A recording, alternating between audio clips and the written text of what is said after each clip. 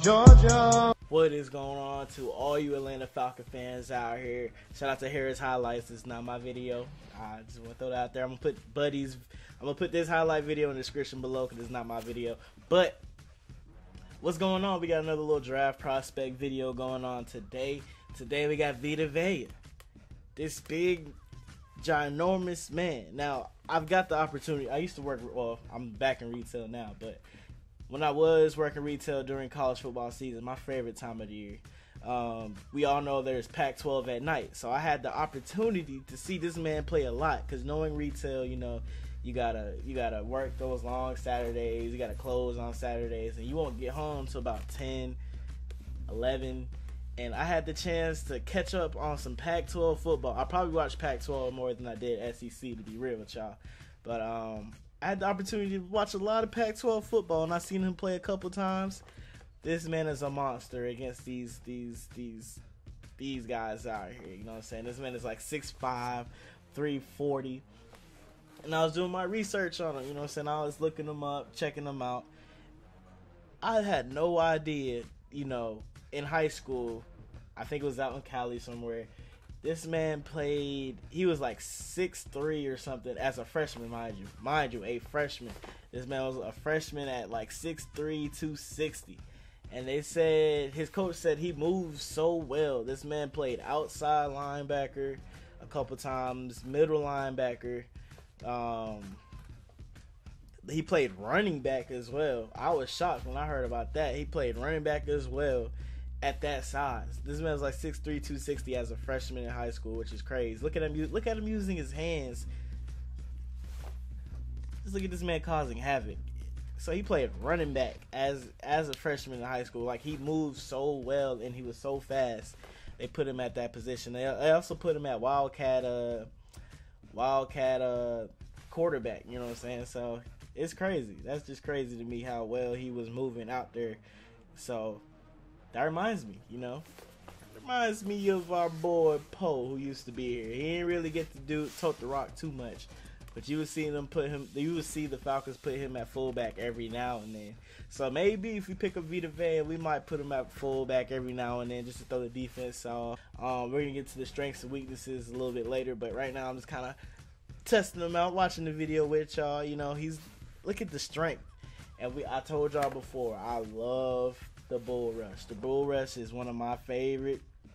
I feel like if you don't got that strength on the interior, if you don't use your hands well and get low and get that initial pop, you know what I'm saying, to drive that guard or center back into the quarterback or the running back, clogging up the holes, you know, preventing the guard from chipping you and moving up to the second level to get into the linebackers. That's perfect.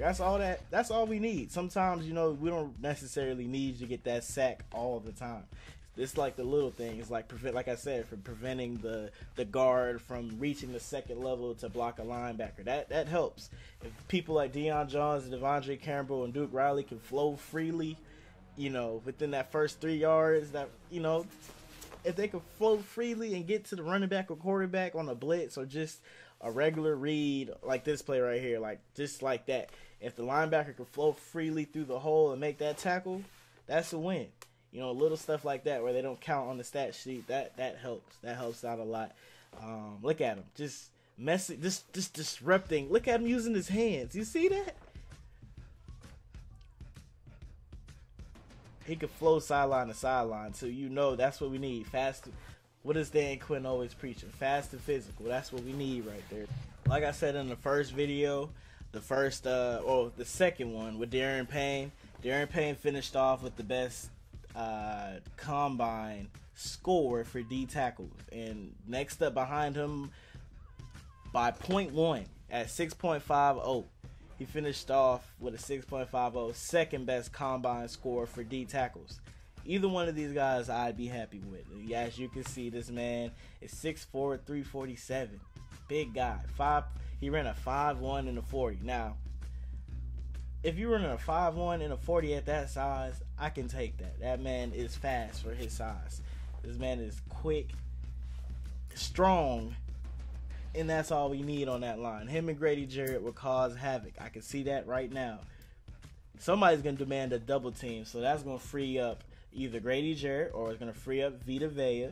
And then it's definitely going to free up Tack McKinley and Vic Beasley. I will take that. I'll take those one-on-ones any day with those guys.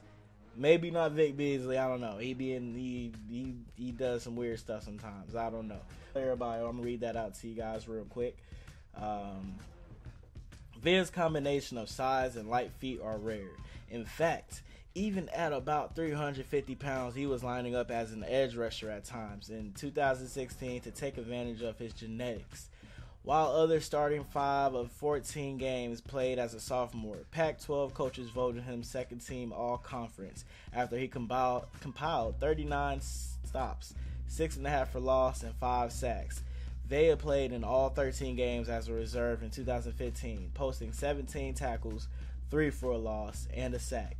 His play in late in the year, oh my gosh, I cannot read tonight. It is late. Portended a bright future, though, as he forced a fumble against Washington State in the Huskies' Apple Cup win and had a sack in their bowl game. Vea did not qualify academically after finishing his high school career in Milpitas, I don't know how to say that, California. He finished off with 8 sacks, 578 yards, 11 touchdowns, rushing as a senior. He missed the 2013 season while staying home to take online courses to get himself eligible for the following fall when he redshirted with the Huskies. Okay, that's more news I did not know about. I know he was academically ineligible. I didn't know that, so we learned something new. Alright, well, that's cool. He got the job done, so that's all that matters. Vea's tape is frustrating because he flashes star potential one series and then looks average the next. With that said, he's still very raw and should be judged by his ability rather than just his results, as he should unlock his potential with more coaching. I feel like Dan Quinn, they could coach him up and get him right. So I don't think I'm worried about that too much. I'm not worried about that too much.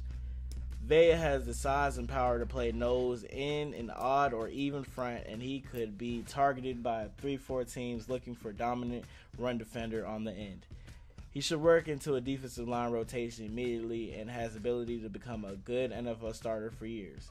His comparison is Haloti Ngata. So I feel like that's a good comparison. Haloti Ngata did a great job in the league, and if he's getting compared to him, I trust it. Let's go down to the strengths. He's NFL-worthy size with thick hips and powerful upper body. Okay, thick hips. All right. Art analysis. So y'all need to chill out looking at all of that. Can be very intimidating at point of attack. Able to overpower lighter guards and usually pummel centers when isolated on them. Ooh, pummels. Okay, he doing it like that. All right. Has power to press blockers off his frame and the hip rotation and flexibility to dislodge them. Also utilizes booming hump move that can topple blockers off their base as a pass rush counter. Okay, a hump move. I'm curious, but I'm not curious as to what that looks like. I guess we'll see if we draft him. We'll see that soon. Able to grow roots and own his grass when so pad level they're saying right. Sometimes he's a little too high. But that's everybody. Everybody, you know what I'm saying? Sometimes you get a little lazy, you get a little high. So that's understandable. He's a 2-gap defender. Can punch, lock out, and locate the ball. Above average pursuit. Quickness for a big man. Perfect. Able to shed blockers in range to down the line of scrimmage to squeeze running lanes and make tackles. Violent hands and can clear hands from his frame or soften the blocker's edge when he's rushing the passer. Has serious bull rush ability once he gains momentum early in the rush. Still very raw with much more talent to unlock. I like the punch, lock out, and locate the ball. That's very important on the D-line. You definitely need to give him that quick pop, throw the lineman off their tracks. He can lock it out, stiffen his arms out, and then locate the ball. He keeps his eye on the backfield at all times. So that's cool. That's cool. His weaknesses. Loses his feet and hits the turf too often. He better not be out there falling too much. Base and footwork can be compromised when he gets too far out over his toes. Has a tendency to allow pad level to rise too much during rep. Lacks feel for double team and blocking schemes. Second block catches him off guard, and he often does not have hands in position to work against doubles. Initial get off is below average. Ouch. So his, oh man. So you remember that pop I was talking about? That quick first step? They saying it's below average. Heavy stepper as a pass rusher. Doesn't have flexibility or foot quickness to win around edge as a pass rusher. Too quick to default to brute force over technique. So he's trying to use that bull rush a little too much instead of, doing his techniques. Okay. Teams may view him as a run-down player only. Oh, man. So so that reminds me, a run-down player only. Y'all remember when Paul Warlow used to play for us? That's basically what they're saying. This meant the running back or somebody would be 5 yards downfield. But here comes Paul Warlow chasing them down 5 yards downfield instead of making that initial contact. That's how I'm seeing it. So, some of those stuff I guess you can teach. But I feel like a lot of this is just habit because he was always bigger than everybody since high school. So he kind of just relied on his strength over technique throughout most of his career. But who knows? His career stats, this man had 65 solos, 34 assists, 99 altogether, 15 tackles for losses, 9.5 sacks altogether, 5 pass deflections, and 2 forced fumbles. So I could say this is a pretty solid college career. So pretty much I would say he is probably my second D tackle I would like on our team. This man, as you can see, he's moving quick. This is a quick guy.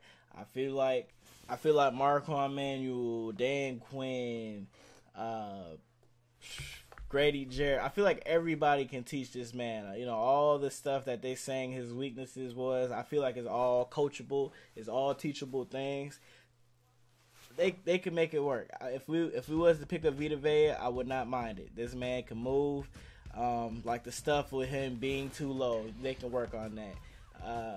Him getting lost in double teams, they can coach that up. His technique, they said he relies on his brute strength sometimes a little too much over technique.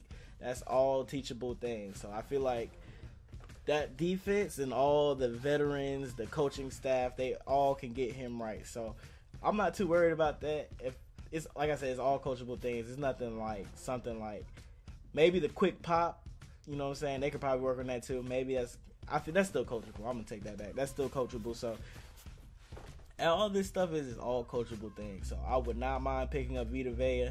Y'all let me know how I can improve these videos. Pretty much, I'm just giving y'all a rundown, a quick little overview of all these prospects everybody's projecting us to pick up. All these are my opinions. Most of it's my opinions. A lot of these are factual stats and expert analysis, and I'm just throwing in my 2 cents every now and then too. So if you got anything to say about Vita Vea, let me know in the comment section below right now. How can I improve these draft prospect videos? Let me know. And with that being said, man, I'm gonna continue trying to drop these each and every day as long as school is not in the way and all that fun stuff and work. But yeah, let me know who you want to do next. I might go to offensive lineman next. I don't know yet. Or I might go receiver, because I've been seeing a lot of receivers projected for us too. So y'all let me know which players y'all want me to react to next. How y'all feeling about Vita Vea? Let me know in the comment section below. Like, comment, subscribe, share, all that fun stuff. And with that being said, man, we gone. Plays on plays on plays, plays on plays on plays. Got my jack jumping all day, jack jumping all day. Never saw no dope, but can show you where the zip's at. Bitch, I'm in the whip. Them niggas making plays on the strip. I can't go with it without hearing some lip. Man, these niggas love this shit. Phone me ringing off the side of my hip. I don't even make a profit off it though. You know it, dealer break me up a piece of that gas.